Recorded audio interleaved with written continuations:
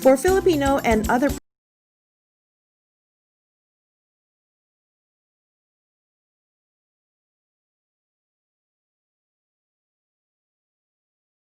one Victoria Drive and its new location at 2611 East 49th Avenue in Vancouver. Philippine News Canada is brought to you by Rayford Media Group.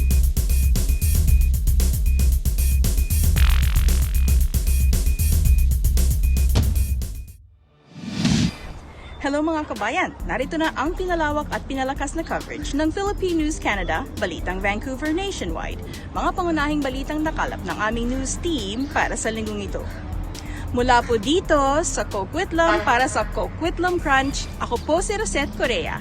At ito, ang Philippine News Canada, Balitang Vancouver.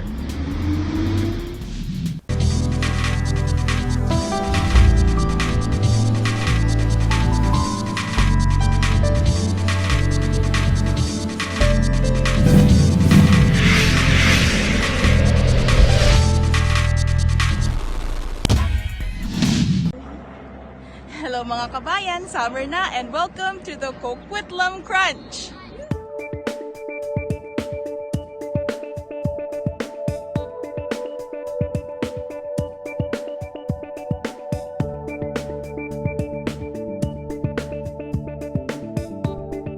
Mga kabayan, Coquitlam Crunch, napakadali pong gawin. Tara na!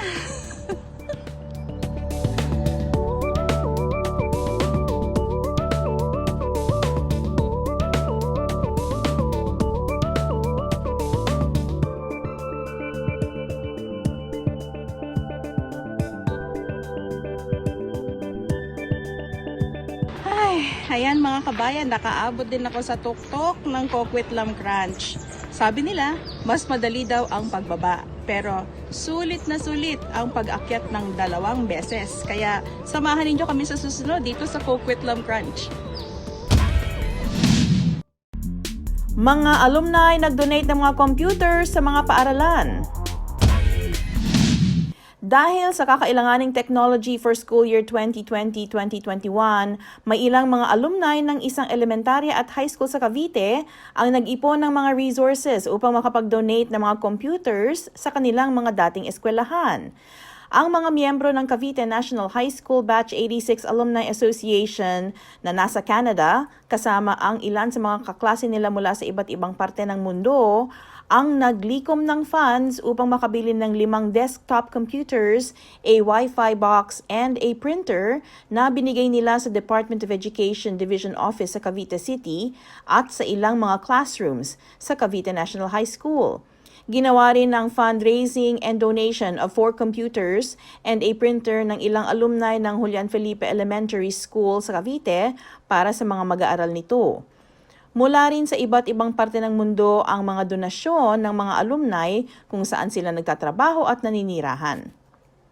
Naghatid ng pasasalamat ang principal ng elementarya at mga guro mula sa Division Office sa mga donasyon ng mga alumni na ito. Good morning or good day to everybody. I would like to thank the Batch 82 of Julian Felipe for giving us this gift from the leadership of Ma'am Rosette Donado Correa. And the Cavite National High School would like to thank everybody, especially the ESP department for this gift. Thank you. Hello, good morning sa Julian Felipe Elementary School. Thank you very much po sa inyong donation sa National High School Participation Department. We are all happy and glad na kami nag-ibig nyo na so, salamat sa mga teachers, kundi sa mga bata na mag-prepare namin sa care. Thank you very much.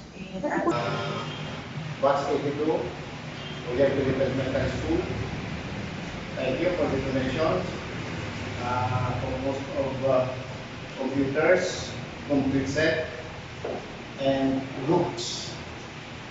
I hope assured that these books will be treasured by our students and teachers of the Philippine High School. Thank you and more power. On behalf of our school's Division Superintendent, Dr. Lourdes T. Bermudez, I'd like to say thank you, Batch 82 of Julian Felipe Elementary School, for donating 2 internet modems and a printer for the division office. It will definitely be of great help to the entire curriculum and instruction division family.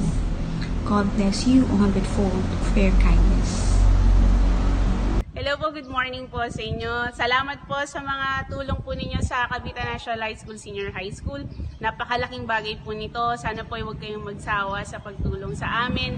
Inaasahan po namin, actually, year-round po, kung kayo po ay medyo nakakaluwag-luwag. Alam ko po na nasa pandemya po tayo, pero alam ko din po sa inyong mga puso na willing po kayong tulungan kami, ang mga bata, lalong-lalo na dito sa Cavite City.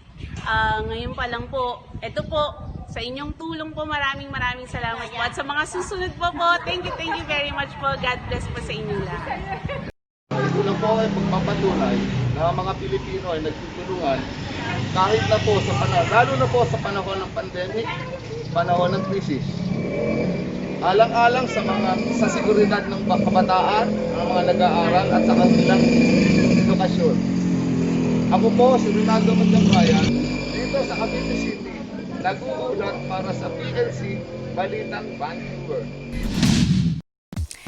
Hello mga kabayan, samahan ninyo kami sa pagbisita sa iba't ibang museum dito sa Pilipinas sa ating programang Bisita Pilipinas.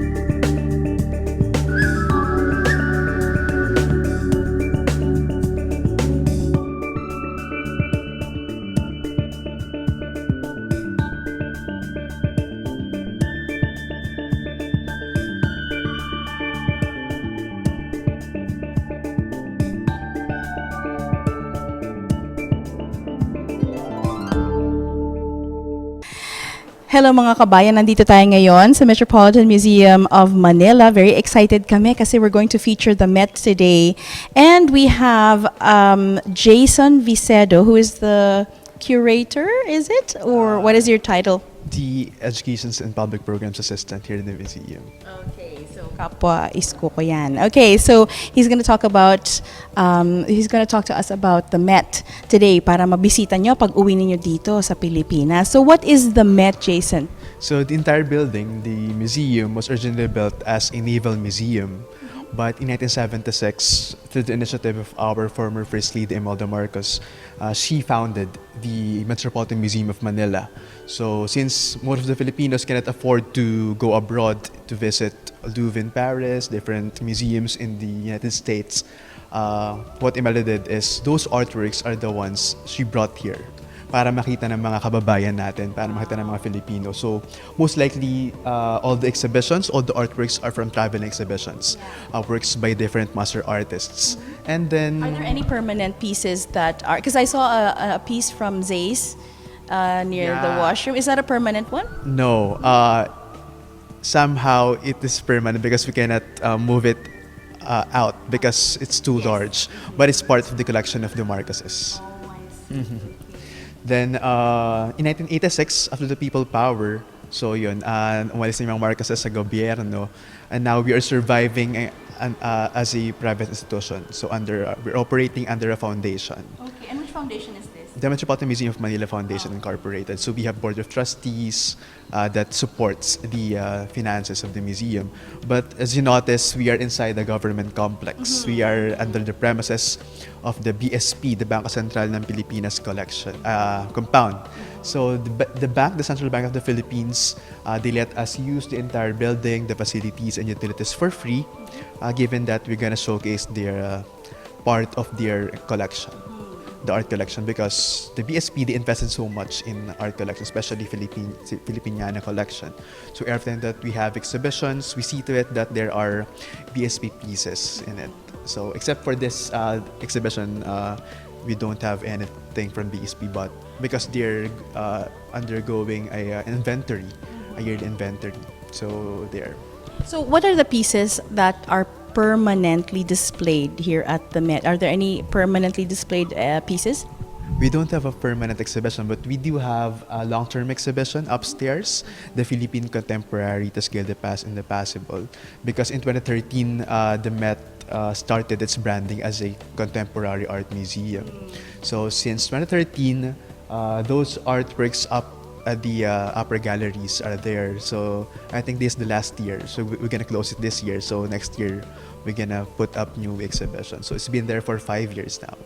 So how often do you change exhibits? Because I know that regularly you would change exhibits. You have one right now, which is an artist who is an artist from Canada. You mentioned a Chinese Canadian. How often do you change exhibits in order for you to put up more shows?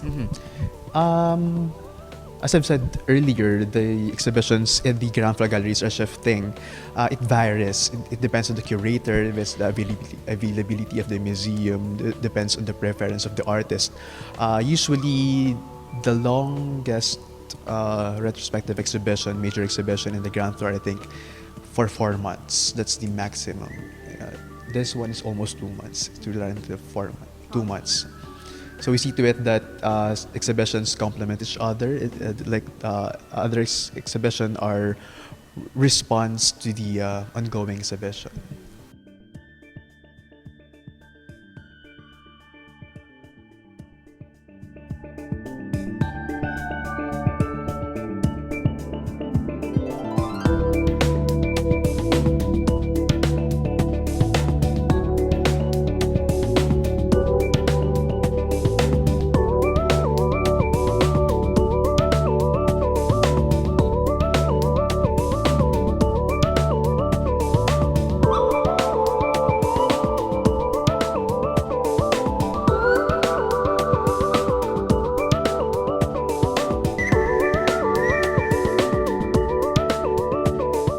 For Filipino and other products from Asia, as well as fresh fruits and vegetables, poultry, meats, and seafood, come and visit 88 Supermarket with branches at 4801 Victoria Drive and its new location at 2611 East 49th Avenue in Vancouver.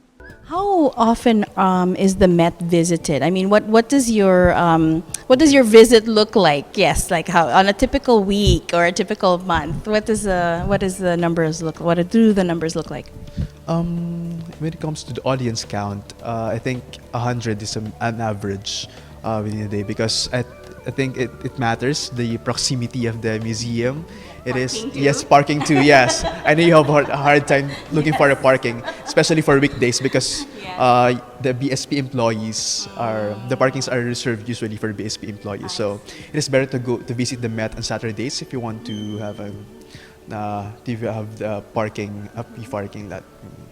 And normally, what is the age range of the visitors that you have? Do you have may mga maliliit bang bata, may mga matatanda? Ano ang natin demographic? Sa demographics, siguro sa mga bata hindi siya ganun dalas. Siguro yung mga bata, they go here in the museum with their families. Usually weekends yung mga family visits eh. And since kasi yung artworks nga, contemporary art, hindi siya masyadong sa mga bata. Though during tours, we also cater to preschool students, grade school students, and we see that we're gonna discuss to them the relevance of ongoing exhibitions. And then most of the guests that regularly visit the museum on weekdays are foreigners. Yes, foreign guests visiting the country to know more about the country. They visit museums. So what has this country to offer in terms of arts and culture? That's Wonderful. Do you have any tie-ups with the school and for them to do field trips and all that? Because that's very common in Canada, where schools actually go in groups and troves and they go to different museums. Is there something similar? Yes, I think we do have schools that regularly visits us every year. Parang ano ba, suki, parang ganun, parang suki na ng mga museum visits. Especially every time that we have public programs, we have lectures, workshops, we see to it that i-prioritize, especially yung mga nearby schools. Especially yung mga public schools and outreach programs, especially the universities around the area here at the Manila, here in Manila, of course. So you mentioned earlier that the current exhibit that you have, Convalences, the artist is a Filipino-Canadian. Can you tell us a bit more about that? He's a full-blooded Chinese, but when he was a teenager, when he's a young adult, his parents asked him to go to the Philippines to aid them in their business, family business in Binondo. But instead of helping the family, he prioritized, or he preferred to pursue his career in art and doing the passion in painting. So there he met his wife, Lolit Tao, who eventually became his student and became an artist as well. So some of the works here are collaborative works of both of them, yes. And then 10 years ago, I think more than 10 years, they're living in Canada. So they went here in the Philippines to celebrate the 60 years of artistry of How Chok. And then after this, they will be going back to Canada again.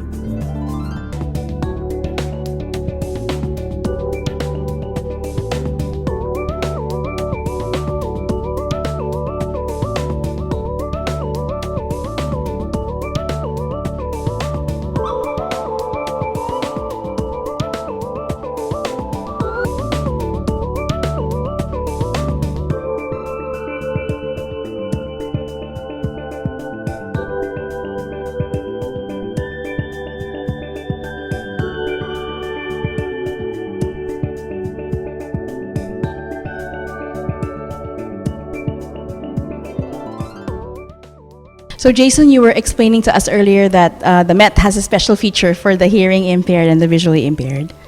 Yes, the Metropolitan Museum of Manila is the first and only museum in the Philippines we had this program we called Touch the Artist Vision. So it's a program for the visual impaired. So we provide braille captions for the blind, so they able to read the captions about details about the artwork, and we have tactile diagram. It's a specialized drawing for the visually impaired, for the blind, to be able to feel the artwork. While we provide them audio guides and instructions how to use this one. So we're gonna guide them starting from this arrow, touching this arrow, and we're gonna help them trace the lining or the border. We're able to know the orientation of the painting, if it is portrait or landscape. Then from there, we're gonna instruct them to move their hands down. Then we're gonna describe the, you're now touching the leaves of the trees, the color of the leaves is green. Now you move your hand 1 inches right. You're gonna touch the trunk until mabuo nila yung buong painting. Be able to visualize yung, kasi mas feeling ko, mas imaginative yung mga blind kaya sa atin. So, minsan mas maganda pa yung nakikita nila kaysa nakikita ng mata natin. So sabi nga nila, pag mas mababa yung ano mo dun sa sense mo na yun, mas na-enhance siya. Yes, right. Very fulfilling for us museum as workers na pag nag-express yung blind ng reaction paper, writing about this project. It's very touching kasi these are very good illustration of the particular work. That's really amazing. Yes. And that's wonderful that you have that here. So this is the list we can do how to bring art into like those audience, in the visually impaired and disabled. Na-mention mo rin earlier na tayong mga Pilipino, hindi rin tayo, I mean, we are all artists at heart, but there's a difficulty for us to, I mean, there's a challenge for us to go to museums and all that. How do you think that can be changed? I think with the effort of the different cultural agencies and art agencies like led by the National Cultural Commission of the Philippines and different museums, I think nagbabago na naman yung sigurong ganun na pananaw na ang mga Pilipino ay hindi museum going public. Kasi as we notice from our end, lumalaki na rin yung audience count ng museum goers because nagve-venture na rin yung mga kabataan, especially the new generation, in knowing more about our culture through going inside the museum.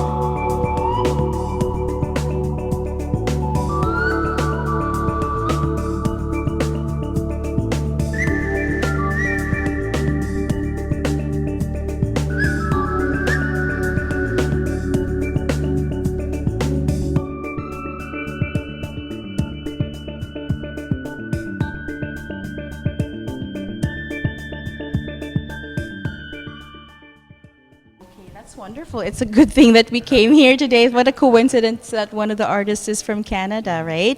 So, how does the Met promote itself to the public and to the people? Para naman pag napanood ng mga kababayan natin to sa Canada, malaman nila na there's Metropolitan Museum, pumunta kayo dito para makita din yung art ng mga Filipinos. Yan, you may like the Facebook page, social media platforms of the Metropolitan Museum of Manila. We have Facebook page, the Metropolitan Museum of Manila. We have Instagram account, Twitter account, Met Museum Manila. So you get updated about the exhibitions and the public programs of the museum. And so, what website do we visit in order for us to know what's on? Metmuseum.ph. Ayan mga kababayan, metmuseum.ph. Huwag niyong kalilimutan, pag uwi niyo dito, bisitahin niyo ang The Met. Marami kayong makikitang artwork at syempre iba-ibang dumarating every year. Ano? Okay, so maraming salamat, Jason. It's such a pleasure to meet you. Thank you. And hopefully to see you soon again, maybe in see you Canada. All right, thank you. Hi mga kababayan sa Vancouver, Canada. Ako si Jason Vicedo ng Metropolitan Museum of Manila. Binabati ko kayo sa PNC Balitang Vancouver. At dito na naman nagtatapos ang balita namin para sa linggong ito. Kung kayo may mga komento, mga issue o balitang nais niyong ibahagi sa aming programa, ang PNC ay bukas para sa inyong lahat. Mag-email lamang po sa balitangvancouver@gmail.com o tumawag sa 604-588-6397. Mula po dito sa Coquitlam Crunch, ako po si Rosette Correa at ito ang Philippine News Canada, Balitang Vancouver.